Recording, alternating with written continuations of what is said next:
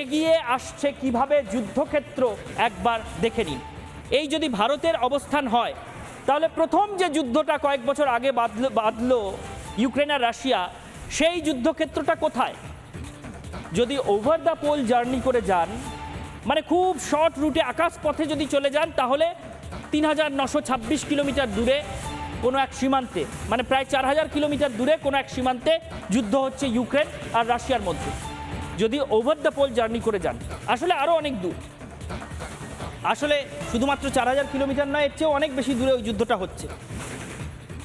গাজা ইসরায়েলে আরেকটা যুদ্ধ আমরা দেখছি, সেটা কোথায়? পশ্চিম এশিয়া। এখানে দেখুন গাজা, মানে গাজা বলতে প্যালেস্টাইন আর ইসরায়েল, এদের মধ্যে যুদ্ধ হচ্ছে। গাজা স্ট্রিপই মূলত যুদ্ধক্ষেত্র, এবং সেটা থেকে আমাদের দেশের দূরত্ব কত? ৪,০৮৫ কিলোমিটার। অর্থাৎ দুটো যুদ্ধক্ষেত্রই ৪,০০০ কিলোমিটারের আশেপাশের দূরত্বে অবস্থান করছে। আমরা ভেবেছিলাম যুদ্ধ ওখানে হচ্ছে ঠিকই, তার কুফল আমাদের উপর পড়তে পারে, কিন্তু সেই যুদ্ধের আঁচ সরাসরি হয়তো আমাদের গায়ে লাগবে না, কারণ যুদ্ধক্ষেত্রগুলো অনেক দূরে।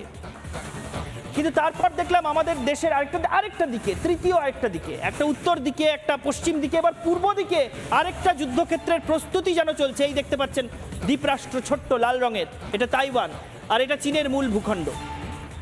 ভারতের থেকে প্রায় ৬-৭ হাজার কিলোমিটার দূরে হয়তো সেই জায়গাটার অবস্থান।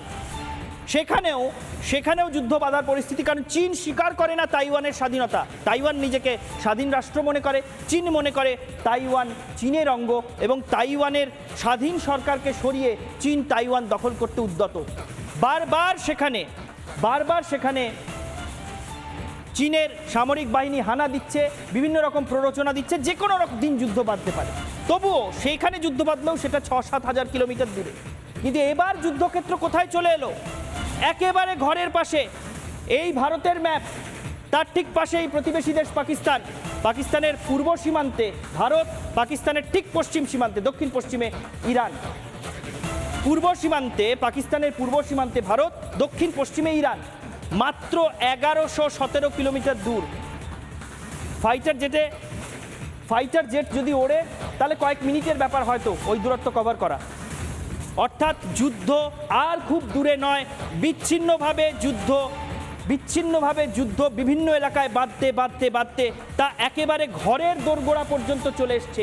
আমাদের দেশ থেকে মাত্র ১,০০০ কিলোমিটার দূরে, আমাদের সীমান্ত থেকে মাত্র ১,০০০ কিলোমিটার দূরে বা তারও কম দূরে যুদ্ধের ভ্রুকুটি। সীমান্তের ঠিক ওপারেই যে দেশটা, সেই দেশটাই তার পাশের দেশের সঙ্গে যুদ্ধে জড়িয়ে পড়তে পারে যে কোনো মুহূর্তে। অর্থাৎ যুদ্ধের আঁচ গায়ে লাগবে না এমনটা ভেবে নিশ্চিন্তে বসে থাকার সময় বোধহয় আর নেই।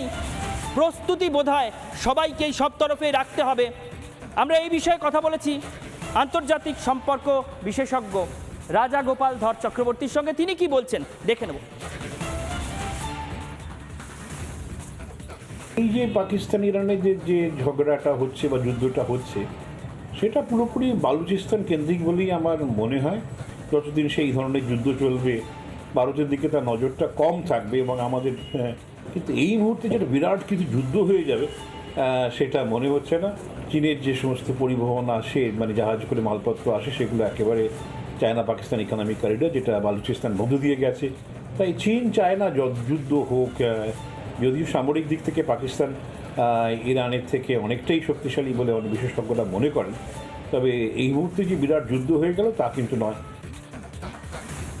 পাকিস্তান জিতে গেছে, Pakistan sold out, because Iran ওকে বলেছে আমি তোমাকে 2.5 বিলিয়ন থেকে $5 বিলিয়ন আমি বিজনেস দিচ্ছি। এই পরিস্থিতিতে ওদের কি অ্যাটাক হবে? অ্যাটাক হবে না। তাহলে কারা মরলো বালুচি যারা আছেন ফর মেনি ডিকেডস, ওরা ওখানে তিনটে দেশের মধ্যে বিভাজিত হয়ে গেছে। পাকিস্তান মেরেছে ইরানে, আর ইরান মেরেছে পাকিস্তানের মধ্যে আপনার বালুচি টেরিসগুলো। এর মধ্যে চায়নার রোলটা অনেক ইম্পর্টেন্ট, কি কতদিন ওরা ইরানের সঙ্গে যুদ্ধ করবে কি না করবে না। কেন যে দুজনের ভাষা যেটা আপনি দেখবেন, ইরানের প্রথম দিন আর আজকে পাকিস্তানের দুটো ভাষাই সেম, ওদের মধ্যে মেল আছে। ইকোনমিক সিচুয়েশন খারাপ হচ্ছে, as the things are building up, Pakistan is on the verge of collapse.